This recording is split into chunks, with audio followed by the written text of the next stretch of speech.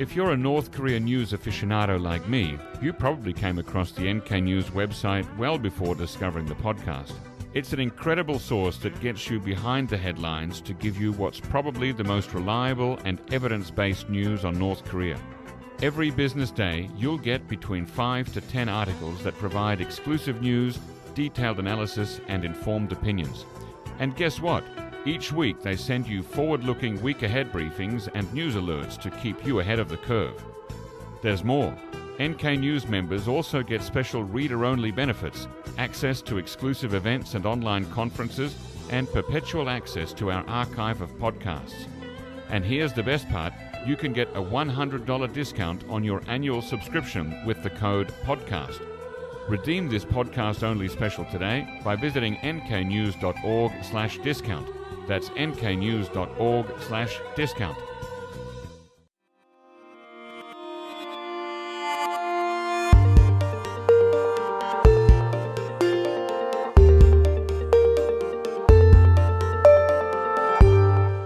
All right, hello listeners, and welcome to the NK News podcast. And today I'm talking to my colleague Shreyas, one of the wonderful reporters at NK News and NK Pro. And Shreyas, what have you been watching this week? Well, it's been an active period in North Korea, everything ranging from rumors of imminent reopenings to typhoons to... I know. I feel like we've been doing rumors of reopening every week for the last month or so, a bit like the old, rumors of imminent collapse. But it seems that we may be closer. Well, I mean, of course, we have to be closer to a reopening, but it seems that the rumors may be more substantial this week. What can you say about that? Oh, well, sure seems like that. So Korea Tours, tour group which specializes in organizing travel to North Korea, on its website on Thursday that the North Korean borders are expected to open soon for North Korean citizens to return, which could include their overseas workers, business people, diplomats, others who have been stranded in other countries for, well, pretty much 3.5 years. Yeah. Now, this isn't the first time there have been rumors like this. There was similar rumors last August, but Korea Tour seems much more confident at the moment. They say they've heard from multiple sources that this is likely to happen soon. Yeah, and I guess for me, what makes it sound a little bit more feasible is that, number one, Korea Tours has a very, very long track record of taking tours to North Korea, more than 20 years. And what that means is that they therefore have strong connections with people inside North Korea that they can contact, not just in the KITC, but I think in the whatever the ministry is in charge of tourism there. And the other thing is that here we have a named company, Korea Tours, coming out and making a statement, rather than earlier this year, there were some Chinese travel agencies that weren't named in the media reporting. And so it was hard to check back. But in this case, we actually have a name, and we've got a quote in the story by Chad O'Carroll, a quote from Simon Cockrell, the general manager of Korea Tours. So this seems like it may be a bit more reliable. Of course, time will tell. And as I've been telling people, I'll believe it when I see it. When I see bus loads and train loads and plane loads of North Koreans heading back, that's when I will believe that step by step the North Korean government is thinking of reopening the border. As for tourism, I'm still convinced that that's quite far down the list of priorities. Wouldn't you agree? Oh, definitely. I think pretty much for the moment, first priority is get North Koreans back into the country. Maybe at some point open to diplomats, international organizations, and civil society organizations. And then once all that is set, at some point in the future, they may be willing to reopen to tourists, but we don't know when. Frankly, even this initial opening, they've just said it'll happen soon. They haven't given a date. Yeah, exactly. Yeah, and I wouldn't be surprised if, well, let's call it a soft prediction so that I can walk it back if I need to, that probably the earliest one could expect to see large-scale tourism back to North Korea again, I imagine would be in time for the marathon and Kim Il-sung's birthday in April 2024, probably not before then. That would make sense, certainly, as a possible time frame. But yeah, it all remains to be seen. Yeah. All right. Well, now let's talk about the typhoon. We had Typhoon Khanun here racing up the Korean peninsula all the way from south to north last week. And it seems that North Korea, I don't know whether you can say that they've learned from other countries, but they've certainly they really pulled out all the stops to cover the typhoon in terms of news coverage, TV coverage, right? Yeah, North Korea has always been a little more proactive when it comes to warning of natural disasters, sometimes perhaps even doing it when it's not entirely necessary, just because from their point of view, it's the angle, the a couple of different aspects that they like to prioritize. One, they obviously need to make sure that their citizens are ready. Right. Two, they want to make sure that there's no major damage to how they operate, so agriculture, economic operations, etc. And perhaps most significantly, just to make it look like the leadership is always active and doing something. Right. But by those standards, I would say in this case, they were more proactive than usual, with regular updates, even overnight coverage, or reporters being sent for on-the-ground reporting. And this is where, exactly. That last part is where I was thinking of. It looks like someone's been watching Western TV or South Korean television, because these are such familiar images from Western and South Korean TV that when there's a storm on, they send out an intrepid reporter wearing a raincoat, carrying an umbrella, standing in gale force winds and speaking live to camera about the winds and the rain. And the North Koreans did that. So if you go to NK News story by our colleague Anton Sokolin on August 11th, you'll find the title, North Korean TV Pulls All-Nighter Covering Typhoon Khanun, Warns of Flooding. And there's some great still shots there from North Korean TV of the reporters out there holding the umbrella and a microphone and talking about it.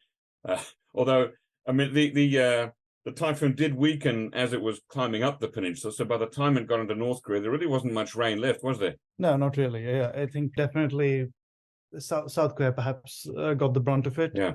But by the time it got to North Korea, it certainly seems to have lessened. But given the country's lower level of infrastructure, you'd certainly say that even a weaker typhoon would still be something for concern. So you can understand why they would make such a big deal about it. And in fact, I think we mentioned the reporters the last time that they send them out in the field on camera coverage was 3 years ago. So I mean, that's about how big a deal this was. Also in this story is a great screenshot from the North Korean Central Television of the director at the State Hydrometeorological Administration, Mr. Dokgo Hyuk-chol, wearing what I consider to be a quite natty uniform for North Koreans. It's got, it's kind of a typical grey uniform of a civil servant, but with this almost indigo-coloured collar and tie and cuffs. I mean, you can't quite say cuffs because they're short sleeves. But anyway, it's quite a great photograph. I encourage people to go and have a look at that. Oh, definitely. Yeah, they're definitely quite the uniform. It is quite the uniform. Now, on the South Korean TV last week, they had a woman reporter out there on the coast with a helmet. In North Korea, I didn't see any helmets, just raincoats and umbrellas. No reports of any injuries, as far as I can tell, on reporting on the typhoon. Yeah, it does not seem to be that way so far, but there was certainly damage in areas enough for the North Korean leader himself to go out, make a visit to the East Coast to check out flooded farmlands, and do the very traditional North Korean thing of blaming officials, lower level officials, not doing enough. Yeah, that's tough. Yeah, that's a story there by Collins Werko, published on the 14th of August, titled North Korean Leader Blames, quote unquote, irresponsible officials for typhoon damage. Tell us more about that. Why is that a North Korean tradition to go in and blame irresponsible local officials for failing to prevent problems? I mean, this is a natural disaster. Well, there are two parts to this. One is that obviously you have to show that the leader is hands-on with making sure everything is going right, the providing on-the-spot guidance, as it were, to tell everyone how things should be done. But at the same time, it's about absolving the leader of responsibility for what goes wrong. Right. So the blame has to be shifted to lower officials, local officials, who are, in this case, as you said, North Korean media frame them as irresponsible, not doing enough to prepare for the typhoon, and essentially, leading to damage in the farmlands and other important areas along the coast. Since North Korea is such a top-down system of government, I really wonder whether these local so-called irresponsible officials, whether they wear that responsibility or whether they feel that they're being unjustly criticized. Well, one would think that probably they know they have little choice in the matter. At the end of the day, whether or not they feel they deserve to be criticized, they know that someone has to pay that price, and it has to be them rather than the leader. And I think the days of absolute unwavering loyalty to the leader are perhaps long gone, but still the leader is reigns supreme, and they know that. Right. Yeah, we've got a couple of quotes in that story by Collins Worker. The quotes from Peter Ward, NK Pro contributor and expert on the North Korean economy. He said that, quote, disaster preparedness is not a strong point of North Korean officialdom. And he says, I'm sure that there is plenty of blame to go around, and Pyongyang has a lot more money and capacity generally. Why is it that disaster preparedness is not a strong point, I wonder, of North Korean officialdom? Again, since it's such a top-down, almost militaristic society, everything's divided into groups and everyone works for the government. Why would they not be better at preparing for disasters like typhoons or monsoons or things like that? Yes, you would, especially given the kind of emphasis they place every year on the need to prepare for disasters, the need to mitigate damage. You'd certainly think that would be a bigger factor, but you'd think that, but perhaps at the end of the day, it comes down to the fact that they have limited resources, and what little they do, they try and concentrate in and around Pyongyang where the elite live. The further out you go, even in areas that they would frame as crucial for other needs, for example, farmlands, mines, etc., even those areas wouldn't necessarily get the same level of importance. Yeah. So when they're not getting the resources, obviously the response won't be as good, the preparedness will not be as good. And then all you can do is just shift to a propaganda approach, glorify the leader, blame others.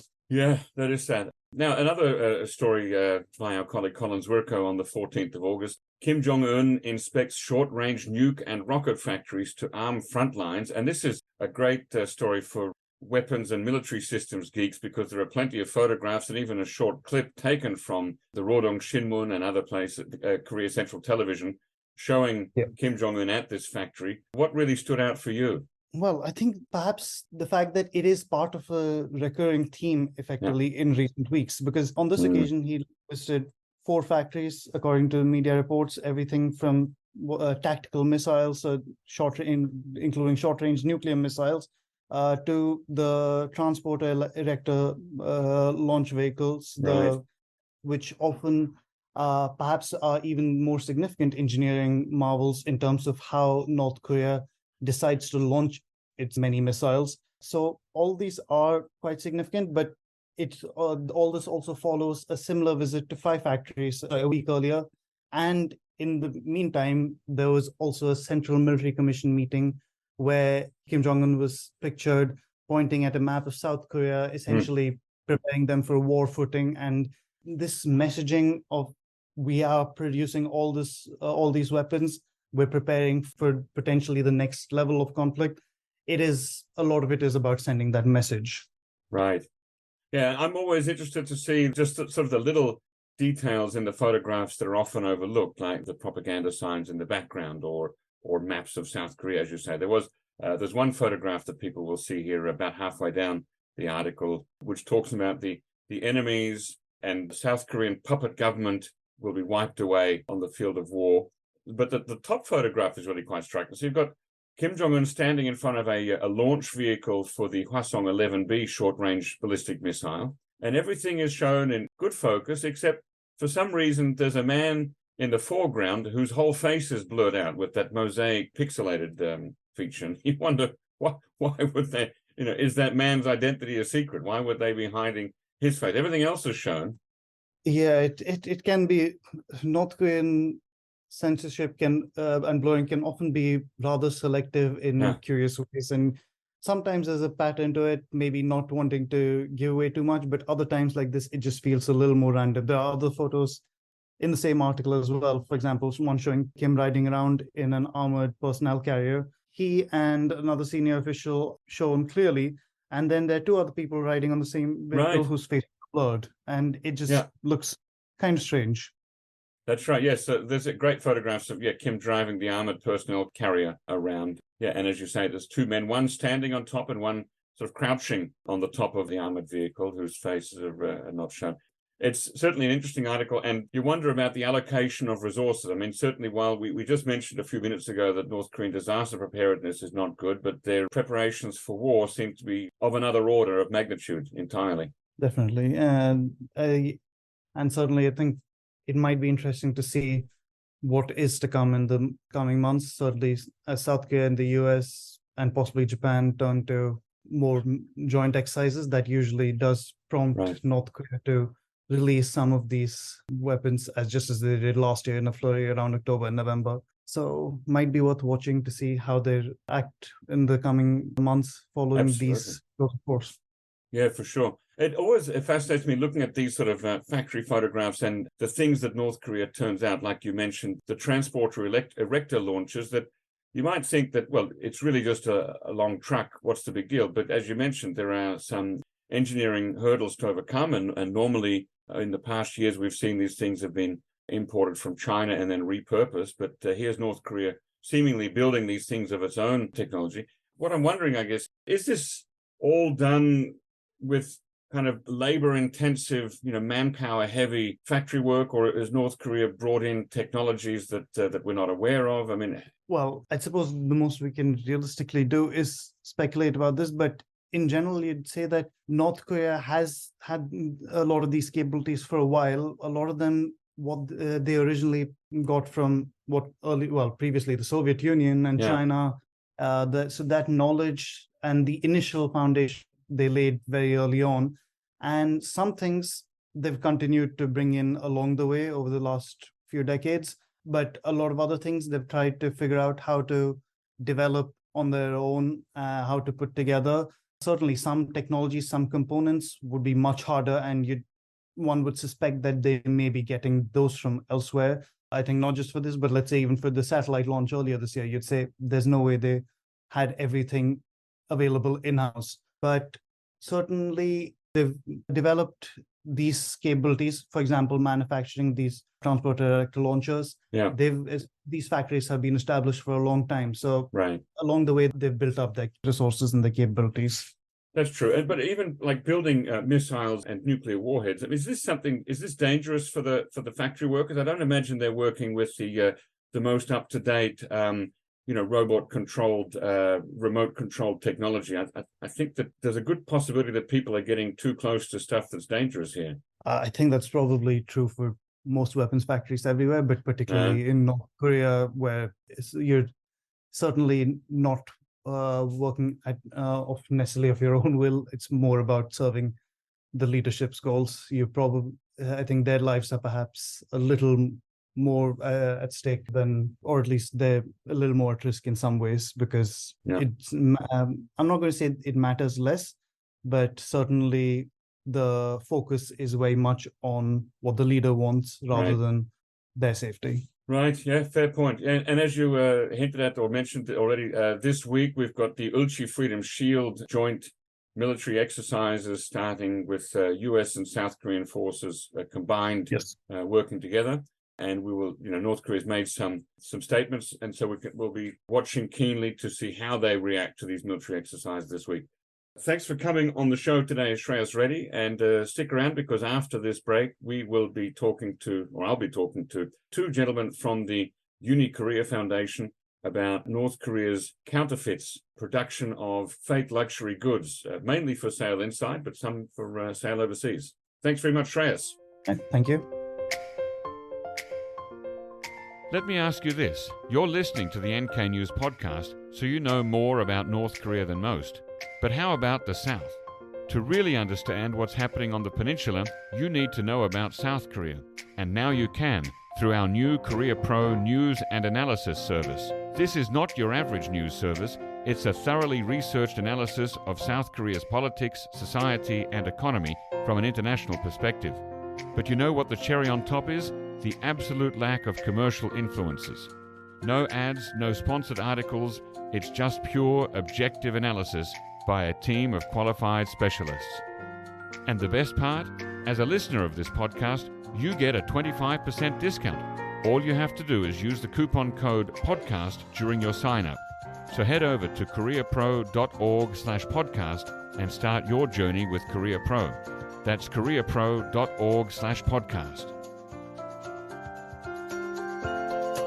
For this week's feature interview, I'm joined in the NK News studio by two men from UniKorea. Secretary General Byung-gil. You can find the UniKorea Foundation on Twitter at UniKoreaFDN. And their website is at tongilnanum. We'll put the link on the website, tongilnanum.com. And we also have a second person, that's Kim Tae-rae, who is program manager at the UniKorea Foundation. And you can find him on Twitter at Tae-rae, that's Taerae, Kim, all one word. We'll put that link in the show notes as well. Welcome on the show, Byung-gil and Tae-rae. Thank you for coming. Thank you for inviting us. Yeah. Thank you for having us. Yeah. My pleasure. Yeah, over 4 years ago, in March 2019, I interviewed your former colleague, Holly Gang, who at that time was the International Programs Manager at the UniKorea Foundation. And she talked about the origin and the work of UniKorea. For those people who didn't listen, I would encourage you to go back and hear about the basics of the UniKorea Foundation. But can you tell us a little bit, how has UniKorea changed or developed over the last 4 years since March 2019? What changed? Okay. Yes. Okay. What changed? First, there is no more Holly Gang in our office. Big change. Yes. Yeah. Holly is having a happy time in New York City, so with her husband. Mm-hmm. There have been the many changes in our organizations over the past few years. Like everywhere else, we had a hard time with COVID. The most activities have switched to non-face-to-face and online. But there were also positive changes. We tried to do various things online. Mm-hmm. So we will experience the time and space being overcome. We seem to have us interact more with the foreign experts and the Korean diaspora abroad. Of course, we did the programs with local people from the Seoul in Korea. Mm-hmm. So as much as the world has changed, so have we. So can you tell us some activities that the organization is doing now that it wasn't doing before the pandemic 3.5 years ago? Oh, as I mentioned before, so we have a lot more activities online. To add to that, we opened a program to meet up with up-and-coming Korean researchers and foreign scholars. Previously, Korean researchers went to the United States and Europe to meet experts, and the foreign experts had to come to Korea. Yeah. So on the contrary, at that time, the language barriers was very big problems because Korean had a hard time using English. Korea had a hard, But and the online conference solved that problems of space and times. The difficulty of languages communications was overcome to some extent by using the interpreters using the internet. Our foundation is conducting a conference for CSIS. It's Beyond the Parallel and the 38 North System Centers and other advanced Korean scholars in the United States. It's a change of our organizations. It's symbolic programs. Yeah. Now that pandemic is more or less over, it's no longer a threat. Are you still continuing with a lot of online events, or have you moved back to offline events now? Yeah. So we now is going to the endemics and we mix some hybrid systems. I mean, sometimes we prefer the online system, sometimes we prefer the offline systems. But like this is a process of the mixing that is online and offline. I see. Okay. Yeah. Now, the UniKorea Foundation was set up under the administration of President Park Geun-hye to prepare for Korea's unification. After the Moon Jae-in administration, it doesn't seem like there is much hope for unification of Korea in the near-term future. Has this changed your mission at all? Well, we have been a non-partisan organization and have not changed our mission depending on the South Korean government. It is possible because we are a private sector organization that does not receive any government funding to carry out our mission. It's also because our board members strive to be fair and transparent in their decision-making. However, looking at the trend of the project we fund in our grant programs, the mission and message of the proposals has changed slightly with each change of South Korean government policy. So it is a kind of natural phenomenon for private sector organizations to be influenced by government policies, and it has both good and bad points. The bad point first is that organizations that are applying for our grant program had been manipulated by South Korean government policies.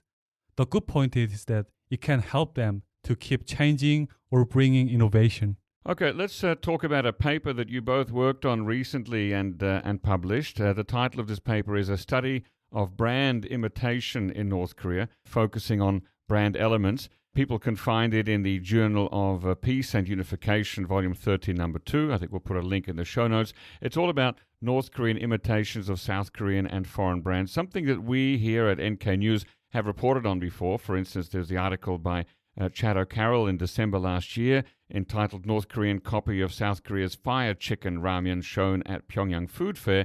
And there was also Collins Werko's article the month before in November 2022 entitled Minions Knock Off Chanel Virtual Mirror North Korea Holds Women's Fashions Expo. So we actually have over the years looked a lot about this.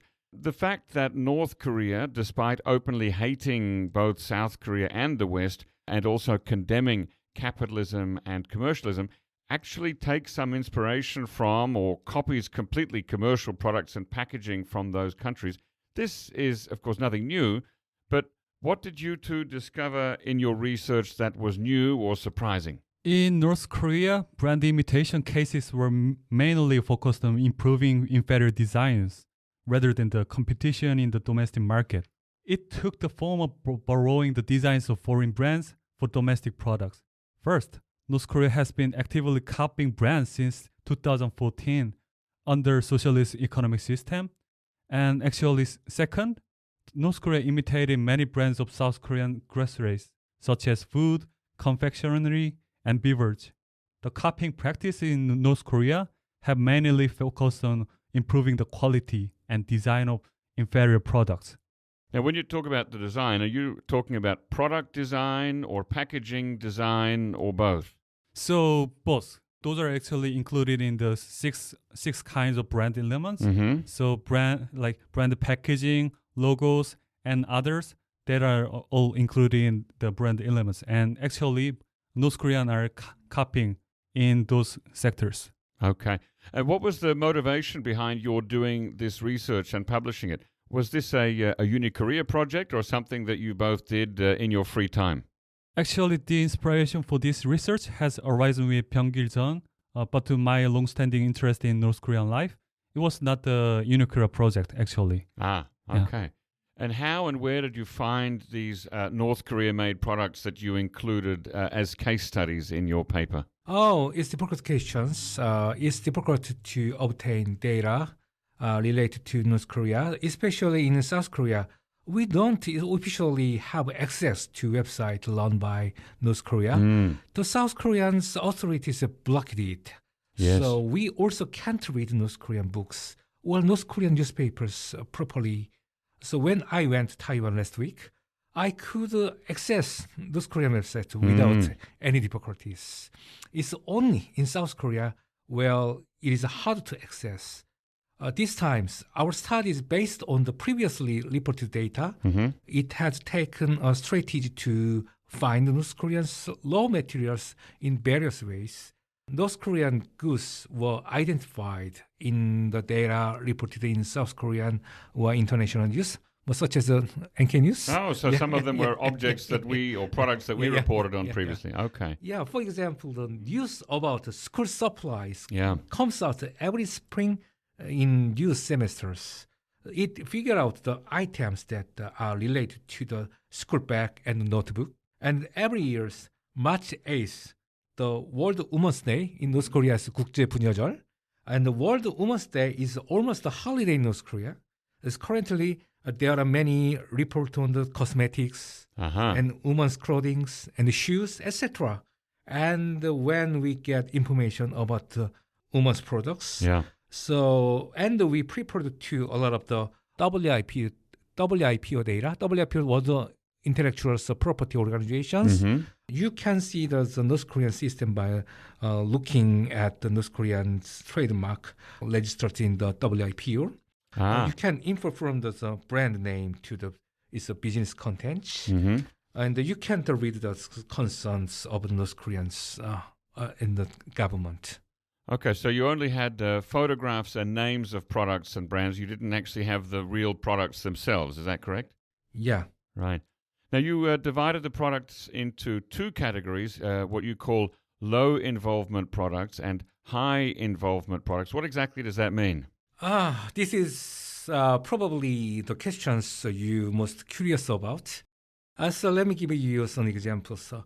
Buying a bag of chips and a car are both purchase, and but the level of involvement is different.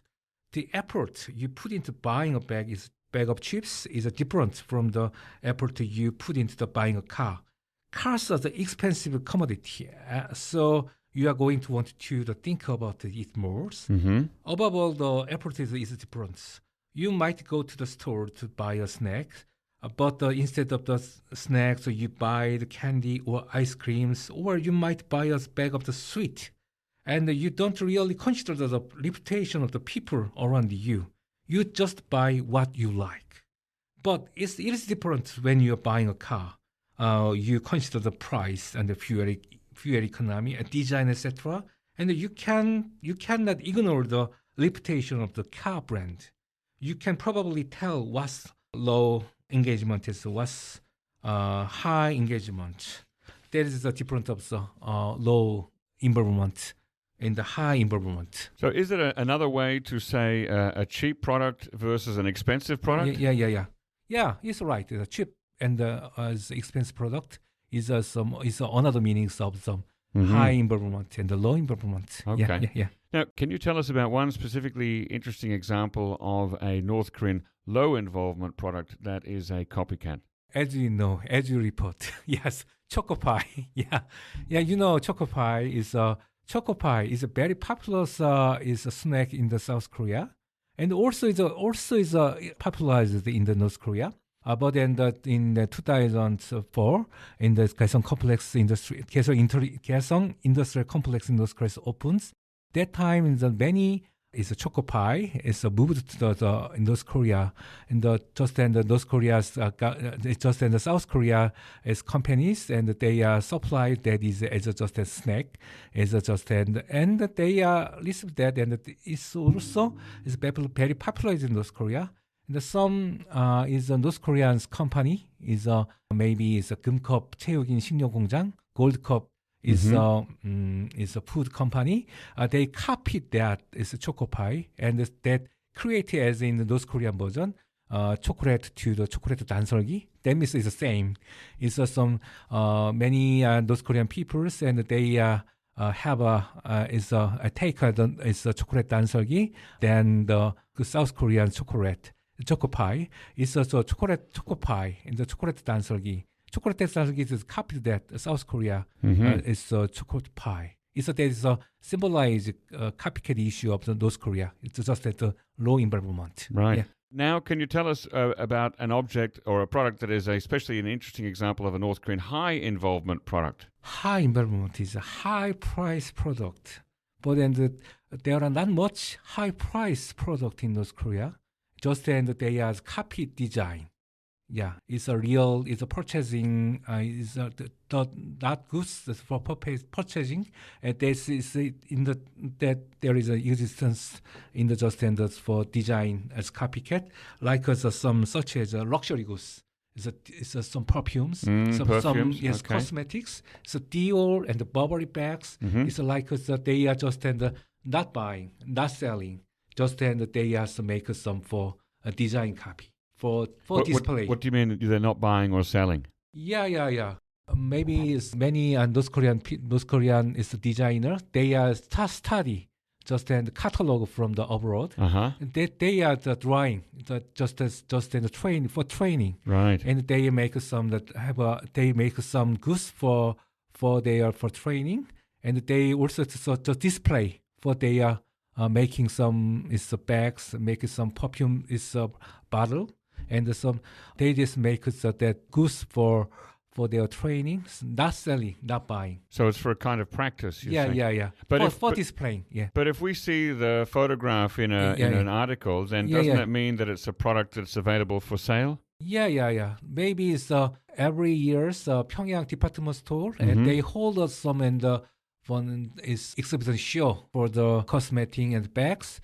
That time, so many North Korean factory, they are displayed for the made they sell. I think it's not self, just for display. Yeah, But then some South Korean media and North Korea, some international media, just then that they is just just a report that news. Some North Korean is company is makes copycat is some imitation goods. I think I know just it's goods for display. I see. Yeah. Okay. Now, is this brand copycat phenomenon something that is unique to North Korea, or is it something that we can see in other developing countries? Yeah. Well, the scope of our research was limited to North Korea, so we haven't had a chance to cover other developing countries. Still, we can answer to the best of our knowledge. In Southeast Asia, brand copycats imitate the ones that can distinguish brands like logos and trademarks. For example, they imitate the Apple logo and make the products and sell as if they are authentic Apple products. And brand copycats often copy the product characteristics of a foreign brand, such as logos and trademarks, and sell them as if they are genuine products of the foreign brand. In contrast, in North Korea, brand copycats imitate the foreign brand and sell them as if the products are that of North Korea. And for example, So that's quite a different approach then, right? So you're saying that in other countries, in other developing economies, copycat brands are used to make money, to fool customers into believing that these are the original Apple or Nike or Adidas or whatever brands. But in North Korea, either they're not sold, as Byung-gil just said, or if they are sold, they're sold as a local North Korean brand without using the name of the original brand like Chanel or Dior or whatever that is. Yes, so it may be implied by the North Korean authorities that they'd like to show themselves in the domestic market and into the out to the world that they can do everything in their own market. And how has the use of brands, logos, and fonts and things like that changed since the beginning of Kim Jong-un's leadership? Well, in the middle of Kim Jong-un era, until year 2023 was the turning point for North Korean brand imitation. North Korea has been imitating brands since 2014 through its socialist corporate responsibility management 사회주의 관리 system, and there exist knockoff products before that, but they were just replicas. They're however, introducing the socialist corporate responsibility system in 2014 brought about a significant change in brand imitation. As enterprises in North Korea started to compete to each other in North Korea, and North Korean business became more interested in registering trademarks to set themselves apart and actively started copying brands. Can you tell us more about this social corporate responsibility management system? What's its purpose? What is its function? What's it there for? So it's like many enterprises in North Korea, they have kind of obligations or rights to much more freely than they were kind of controlled by North Korean authorities. So what's the purpose of the system? It's the social corporate responsibility systems is 사회주의 책임 관리제, North Korea says. Yes, I think it's in 2015, North Korea amended the business enterprise law to implement the social corporate responsibility management systems, a method of the enterprise management. The socialist corporate responsibility management system is a method of the corporate management in which factories, enterprise, and corporates have actual management right. It's based on the socialist ownership of the productions and the creativity carry out enterprise activities, fulfill their duties. Before that is North Korean Party, 노동당, and the state, and ensure that the workers fulfill their responsibility, and the law is in the production as management. The management right granted to enterprise in the socialist corporate responsibility management system include the expand planning right, production organization right, and the management organizations, and the labor control right, and the development right, the quality control right, and the talent management right, and the trade and cooperation right, joint venture right, and the financial management right, and the right to set price to sell products. In other words, the right to management to business of the enterprise is given to the enterprise, and the enterprise actual exercise to right to management the business. Since the implementations of the socialist enterprise, actual accountability system is a business activity that have become the more is concerns with is identified to the needs of the population selling their product, and the needs of the brand to distinguish their product has increased. There is a definition of the in the dictionary. The socialist is 사회주의 기업 관리제, socialist corporate responsibility management. I think is in short the purpose of the socialist corporate responsibility management system. The purpose is very important. North Korea government, they no longer have a responsibility to run the corporate in the nationwide, and they have give some and freely light of their some in the North Korea is incorporate corporations for so, and North Korean is the corporate and is based on that and the new law. The North Korean is corporations run by itself, just in the limited range. For that, and those Korean those Korean corporates, and through that, and those Korean corporations, and they in the state by itself. True purpose of the 사회주의 기업 관리제 and the socialist corporate responsibility management, and North Korean government. They have no longer as management as all companies of the nationwide, just for to maintain their systems and give some right to run corporate freely. It's the corporate itself. Yeah. Right. So yeah. it sounds like basically the North Korean government is giving the right and the authority to each individual company to run their own business without instructions from Pyongyang. Yeah. Does North Korea now have a concept of brands that is the same as or similar to how brands are understood in other countries? Well, I think North Korean branding concept is kind of like quite very unique in the world. Tell us about that. Yeah, the concept of North Korean branding is that Kim Jong-un cares for his people in North Korea by branding in brands. Say more about that. Which means that he even cares about logos and packaging of products, what North Korean consumes. Because Kim Jong-un and the North Korean authorities actually really control the branding in North Korea. This is kind of unthinkable in a free country. But when you look at the logos of North Korean brands, there are stories in North Korean media that implies the supreme leader of North Korea is directly involved in the making the brand logos or brand products. It's like Kim Jong-un is giving input into creating the logo or branding of North Korea. So it sounds like, if I understand correctly, it sounds like you're saying that the actual design of brands, of logos, maybe even the font that is used on the writing on the packaging is centrally controlled from Pyongyang.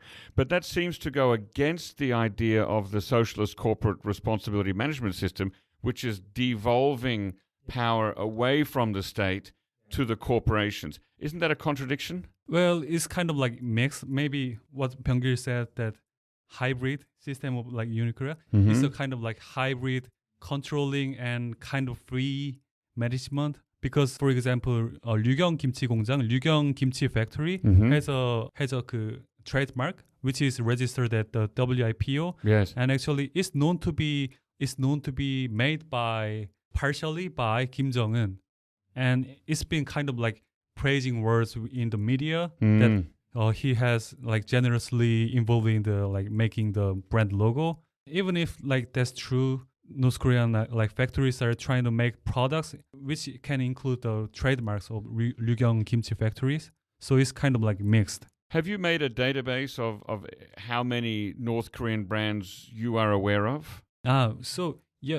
We actually analyzed the brand logos which are registered at WIPO, but the exact number of the brand's logo. Yeah. We 130s. 130. Yeah. And these are the 130 brands which are registered with the WIPO, or Yeah, just yeah, already registered in WIPO. okay? So there are other brands that are not registered with the WIPO. Yeah, right? Yes. yeah, maybe every years after the Kim Jong-un take their power, and every year's 8 to 10 brands are registered in WIPOs, Ah, and there is some in the special process of the WIPOs. Every year, North Korea have competitions of their product in the midst of some winners, and they are just in the 8 to 10, just they have the right to register in WIPO. wow. Okay, I'll come back to. I got some more questions about the WIPO later on, but let's just talk for a moment there about the. We know that North Korea copies some grocery products from South Korea. I've already mentioned that. Why copy South Korea? You know, South Korea for so many. In North Korean propaganda, South Korea is it's poor, it's a puppet state, it's an American colony, it's all the bad things. Why copy South Korean products? Yeah, I think it's South Korea, especially South Korea. The Western brand is an enemy of North Korea. It's officially, but South Korea and the Western brand I think it's a dream of the North Korea economy. Yeah. Mm. Today, the history of the industrial revolutions related to the economic revival, economic stories, also is a history of the corporate brand. In the South Korea, I think is very deluxe model of some economic growth. And North Korea also in the process of that is that there are so many brands and launches, and many brands have a growth. And North Korea, although they don't like South Korea's is a system and the South Korea's and the activity, but in their heart and the jealous of the some and their life, their story, and their also so North and South Korea have some same is cultural, is traditional, and the same emotion. And the same cultural traditional on the same culture and the same language and the same is the habit in the also long time ago. So we have one have the nation and one system. So it sounds like you're saying that on the one hand, North Korea is envious of South Korea and wants to emulate or copy South Korea's development path. But on the other hand, it's also reaching back to common traditions or common culture and common language. So. Also, it is easy to the copy the same language. Yeah, that's true. Yeah. Now, what about non-Korean Western brands, so European or American brands? Why does North Korea copy those things? Yeah, maybe. Also, as I said, there's some. North Korea they don't like, they hate is officially some in the Western culture, the Western economy, but then also the Jaco already you said they have envious. Well, yeah, envy of South Korea, but what about America or France or those kind of countries? Also the envious and Julius. I see. Yeah. Yes, I'd like to add one thing that sure. One thing comes up to my mind that you know the Kim Ju-ae, a daughter of Kim Jong-un. Yes, the daughter of Kim Jong-un. Yeah, is known to wear the very luxurious and expensive clothes. Expensive what, clothing? Yeah, clothing. Okay. Yeah, and are these copies or are these originals? And those are maybe like expected to be the like foreign brands product.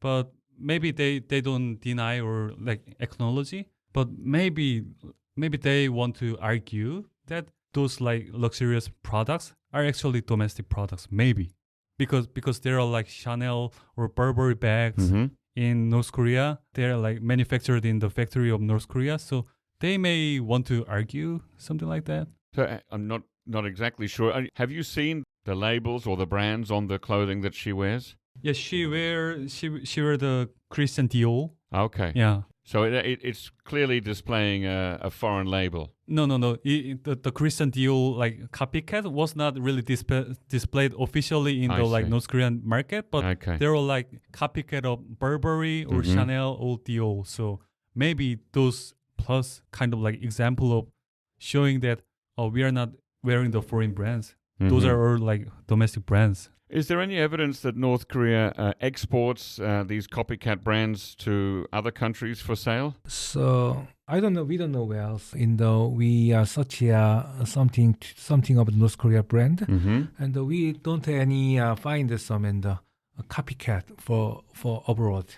Right, because I remember 10 or 20 years ago there were North Korean-made cigarettes, which were copycat Marlboro cigarettes, or some brand. There was some American brand of cigarettes, which were being sold internationally as if they were Marlboro or whatever the brand was cigarettes, but they're actually from North Korea. So we have at least one example of copycat products exported from North Korea for sale overseas. But you're saying that so far we don't know if North Korea is doing that with clothing or with makeup or perfume. Is that right? We don't know because if they are exporting to other countries, they may exclude their like brand logos.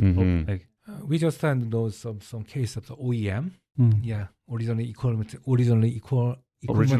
manufacturing. Yes, but in the Choco, as you already said, is some in the case of the Marlboro and the cigarette. You're right. And just in the 10 or 20 years ago, that has that happens many things. There was many happenings of some North Korea. Some is a bad things of their.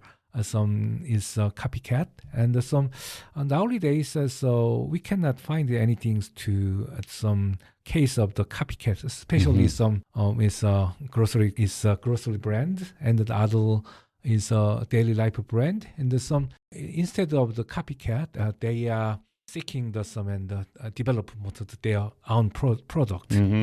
So it sounds like the production of these fake designer goods, like the Burberry bag or the Christian Dior thing, it sounds like that's a sign that North Korean consumers, especially the North Korean Pyongyang middle-class consumers, we're not talking about the consumers in the countryside or in Jagangdo or, these are the Pyongyang people. It's a sign that they're becoming more aspirational. So, but we don't know well, but there is some that a little is a possibility in the some and those Koreans imitation product to export to some in the area. So whether is true or not, and some those Koreans enough their technology to the copy and some good but we don't know well the root. Or is it possible to or not? And some if it is possible, also there are some imitations is a moving root. But we don't know well it is existent or not. Now, of course, in the 1980s and 1990s, South Korea was often accused of doing copycat brands, luxury brands and things. So actually, maybe in a way, North Korea is copying South Korea's development history by copying. Making counterfeit brands, right? Yeah. Even in recent days, like South Korean high schools and middle schools imitated the like Burberry logo in their like uniforms. Just maybe not even in a year. Yeah, so maybe North Korean thought like they do that, then we can do that. So does that mean that that's a part of Korean traditional culture? Is copying products from other countries? Well, I think in terms of like branding or like making products, copying is also a kind of progress into the creating new things. So maybe like being a copycat is not a really good thing to do, but trying to imitate and like develop their ideas is a kind of good thing to do, maybe. Yeah. Okay, now going back to WIPO, the World Intellectual Property Organization, you mentioned that about 130 North Korean trademarks, logos, etc. have been registered, and each year between 8 to 10 more. Now, isn't this somewhat ironic, given that North Korea copies trademarks and designs and even products from other countries? Yes, maybe the registered trademark at WPO, especially is a North Korea brand. In the registered brand, just it's created by North Korea. Maybe it's North Korean authority. They have some willing to create their own brand. That is a copyright brand copying, and upon there is some official relationship in the North Korea and the international organizations. And on the contrary, behind the scene of some the official relationships, And this, I think, is ironically, it has some possibility to some copywriting, brand copying of the many brands and many products of other countries. But then it's just both is some different features, different kind of in the brand. There is officially is some registered that's created by its sounds, and some another part is just trying to copy branding. Copy branding. Right. So the brands, the logos and trademarks that North Korea is registering with WIPO, these are presumably not the copycat brands. Is that right? Yeah, right. Yeah. Did you think that South Korean and Western brands that are being copied, like Christian Dior, like Burberry, like Choco Pie, Orion, could they appeal to WIPO that their trademarks are being infringed, since North Korea clearly is engaging with WIPO, is working with WIPO to register its own trademarks? Can companies whose trademarks have been infringed upon appeal to WIPO that they're being copied? And are you aware of any examples so far? Well, the brand logo designs registered at WIPO are not really found to be like the foreign brand's logo, but the product's packaging That's what I mean. So what I mean is that North Korea engages with WIPO to register its own trademarks and patents. Yeah. Other companies and other countries also engage with WIPO to register their intellectual property. Yeah. Since North Korea is clearly interested in registering its trademarks with WIPO, then that could be a channel for other companies, for example, to bring up the Christian Dior one again.